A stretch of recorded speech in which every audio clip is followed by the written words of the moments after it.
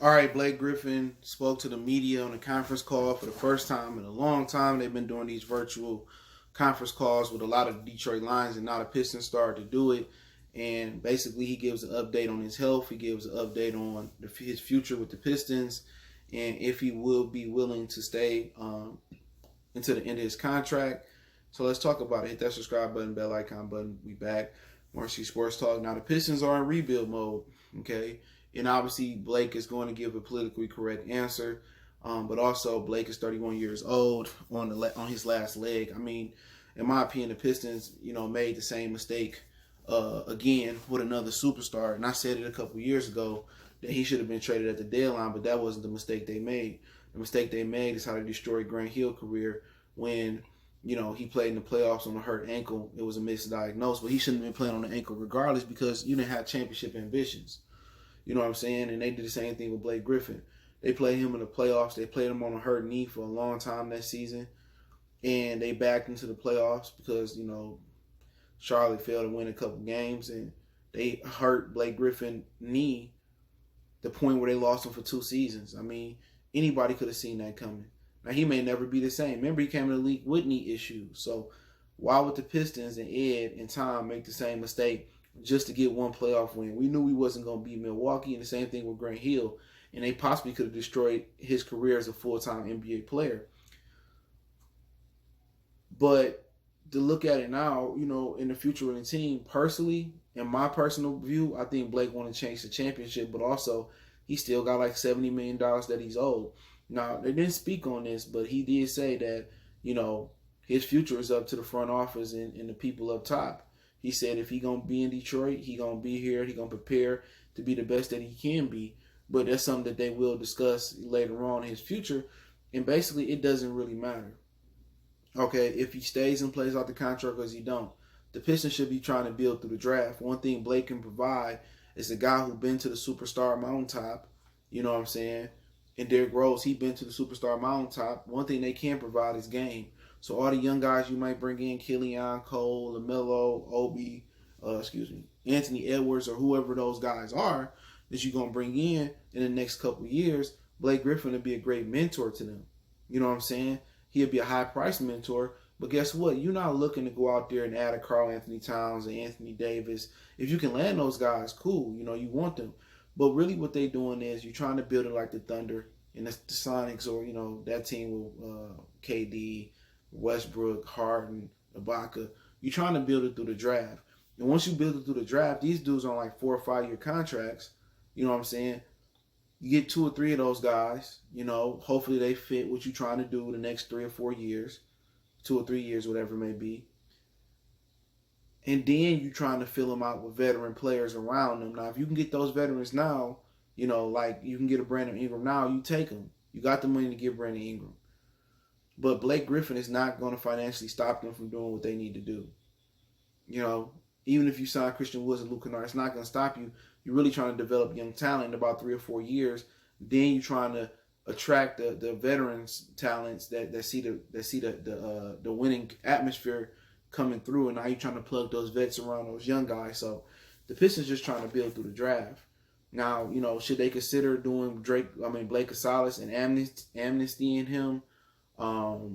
If the new CBA allows it to, then that's something they can sit down with. Amnesty basically means if they allow this in this new CBA that they got coming up. The last CBA they signed, it means basically we can buy him out and it won't count against the salary cap. So you cash him out. So Blake Griffin contract is 1 year this year for like $35 million or whatever, and then he has a player option which he ain't gonna get $40 million nowhere else. So he's owed over $70 million for the next 2 years. Once again, it's not gonna hurt the Pistons if they keep him. You know what I'm saying? It'll hurt Blake's ability to go out there and try to chase a ring. That's what it will hurt for Blake Griffin.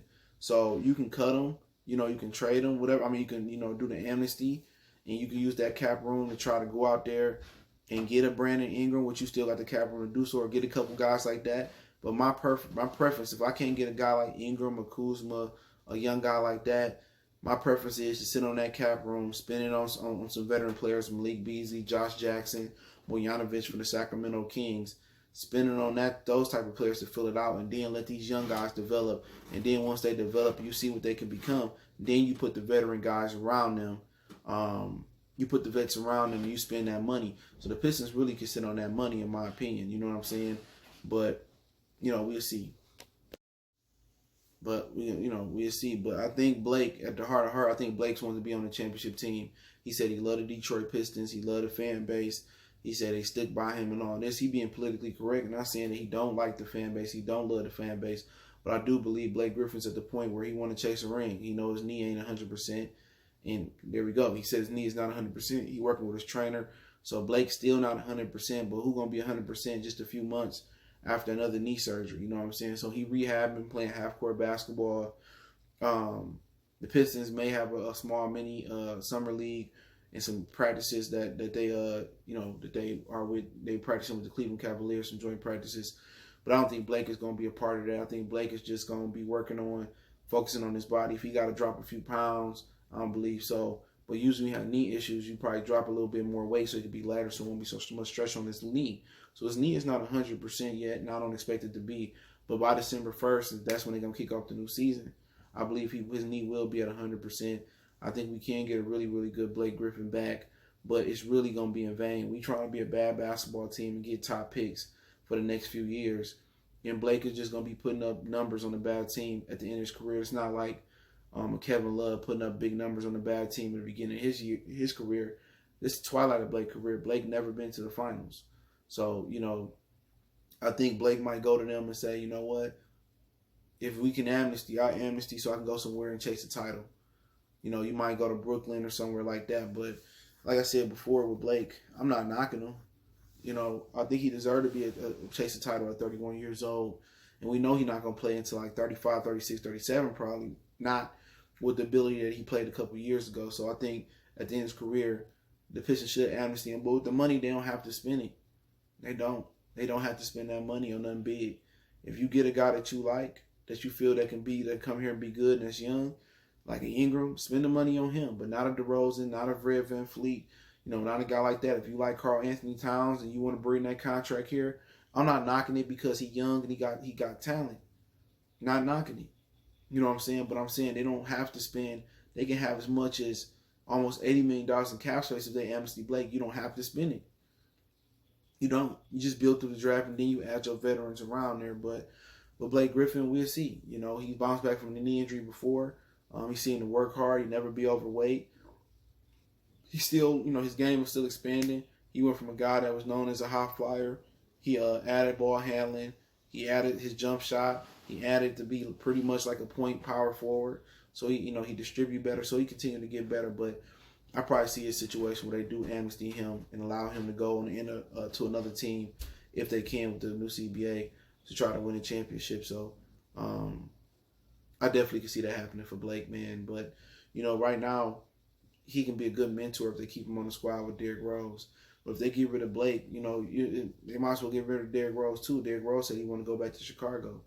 You know what I'm saying? So, but the problem is you need those vets. I don't think Tony Snell is enough.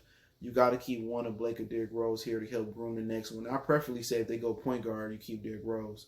If they go Obi Toppins, I say keep Blake Griffin. They go Edwards, I say keep Derrick Rose. But you probably can keep both of them. But if you got an opportunity to get off that contract and just cash them out now, you get off the contract. You're no longer playing Joe Smith. So the Pistons will have a lot of money to spend with a new front office. But I would say don't rush to spend the money. Draft good. You hope Diambo keep developing. You hope Wood keep developing. You hope Malachi keep developing. You know what I'm saying? And then you go from there. You got some good pieces. Now you try to bring you a point guard in this year probably. Next year you look to probably bring another piece in next year. The year after that you bring another piece. And then before you know it, you got a really, really solid young team that's going to continue.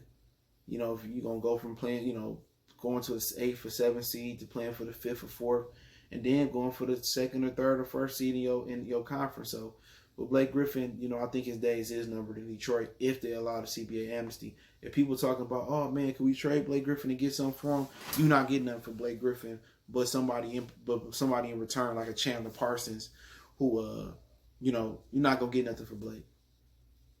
If you find somebody to take that salary on, I'll be surprised. And if you do, you probably get a 2nd round draft pick. So the best way to get rid of Blake is probably if they allow the amnesty clause. But hey, let me know what you guys think about it. You can catch that interview on Free Press News. Detroit News got it. Don't forget to check us out on Facebook, Instagram, Twitter. You can reach out if you got business question, inquiry, sponsorship, video requests. Twitter's the fastest way, then Facebook, then IG. I'm really on IG. Want to make a donation, just share the video. Once again, shout out to Brent for making a donation. Cash out, PayPal, inscription. You want to make a donation, best donation, make a share the video. But let me know what you guys think. One time we gone.